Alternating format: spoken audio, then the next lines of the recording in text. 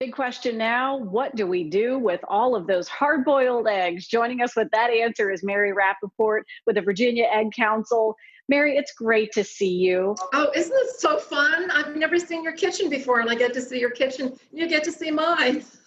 I know, isn't it neat? It's like welcome Yeah. home. We usually get to visit in Yes. the studio, Yeah, but nice seeing exactly. you. Nice seeing you in your kitchen for sure. Yeah.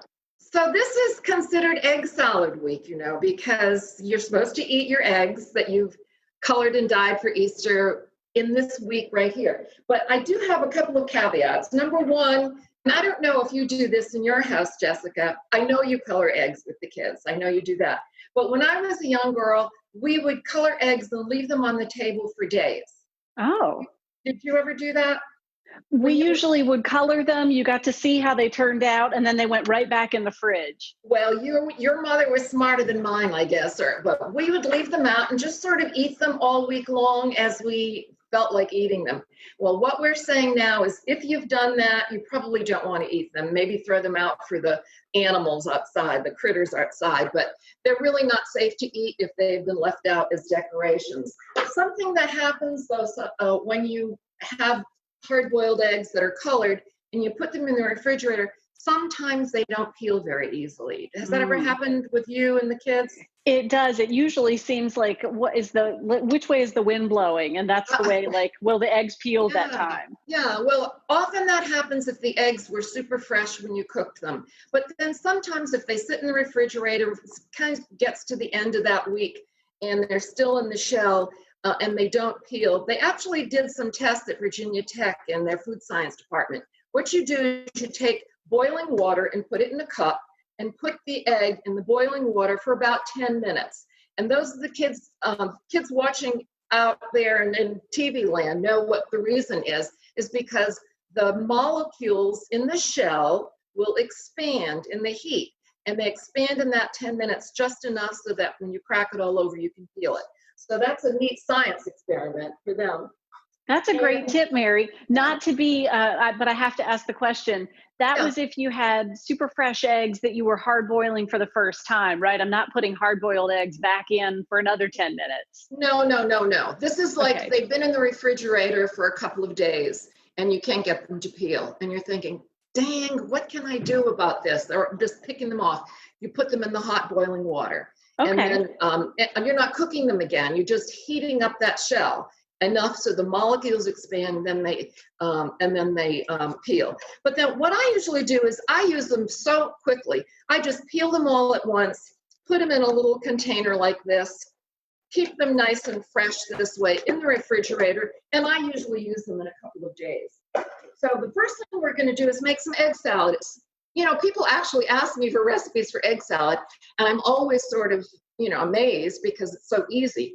You start off with chopped egg, and you can chop eggs several ways. With two knives like this, crisscross fashion, and that's how I chop these.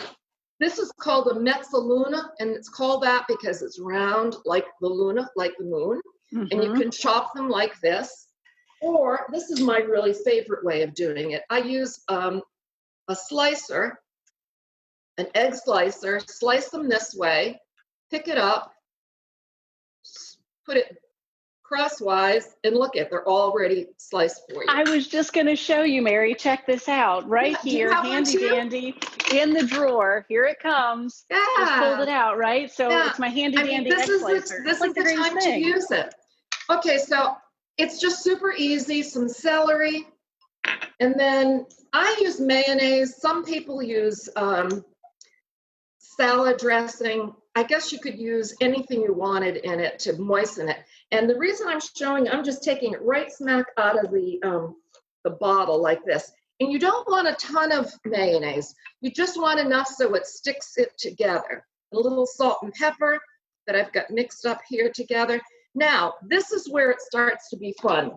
We're going to make an open-faced egg salad sandwich. I start off with a piece of toast.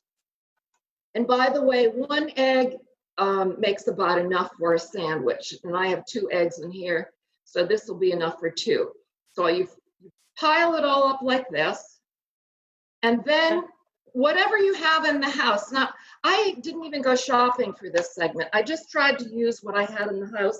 I'm going to start off with some eyes, and I've got carrot slices for the eyes, and I happen to have some olives in a jar, so I put that in. I would have liked to have used some cherry tomatoes for eyes, but I didn't have them. So, and I would like to have used red pepper, but I didn't have red pepper. So I'm using a sliced tomato, and there you have the little face there. I'm going to lay it down and put a couple of clementines on each side for ears. This is celery.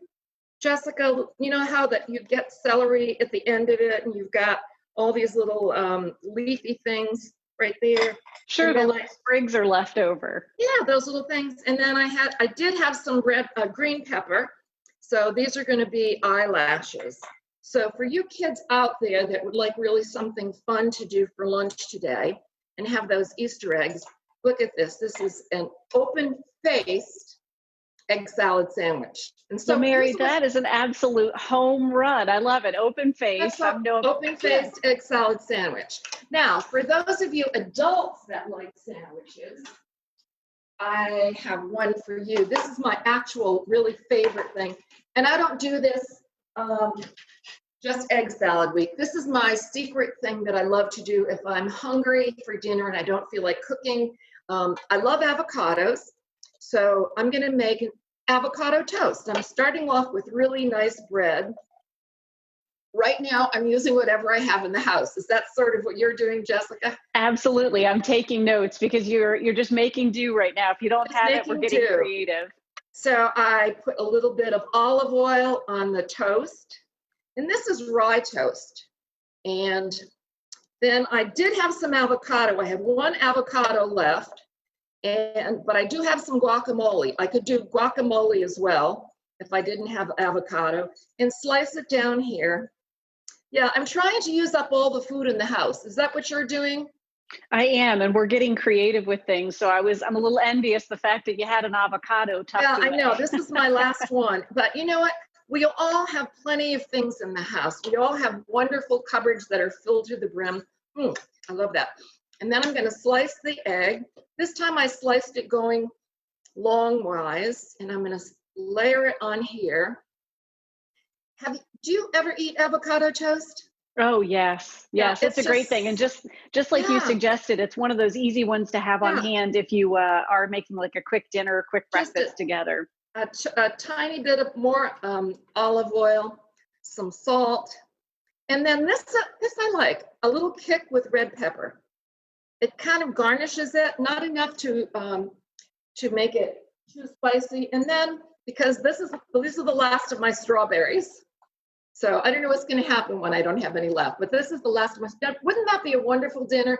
Dinner doesn't have to be a piece of meat and potatoes and a vegetable. Right now, whatever fills you up, whatever makes you feel good, is what you should be having, right? Well, I feel great about these recipes. Mary, thank you for sharing, and thanks for definitely, making me feel pretty valid with my egg slicer. I know I can put it to good use now. That egg slicer comes in super handy dandy. It seems like one of those superfluous tools, but take a look at this, Bill. You can see these pictures, right? Yeah. It's like before and wait for it and after, right? Wow, that is fantastic. Somebody got fancy at Easter. The girls helped me dye those eggs, and then of course we had to make deviled eggs, right? You know what? There's funny the things that are in your head, because I remember when I was a little boy, I had an uncle, Norman Bevins, and it was Easter or right after Easter, and we offered him deviled eggs. He went, "I don't like the devil, and I don't like eggs." So every time I hear deviled eggs, I think of that. But I love deviled eggs, so it's okay. All right. Yeah, now I'm going to think of that going forward in perpetuity. And the other thing I would like to point out before we head to break is that you see this fancy egg plate, right? Yeah. I just have to tell you this, Bill. I got it from my favorite boutique, right? Because we always talk about that. But right now I'm suffering from a little bit of a real itch. I can't get into my favorite boutique right now. Yeah, I know. Yeah. Well, soon we hope.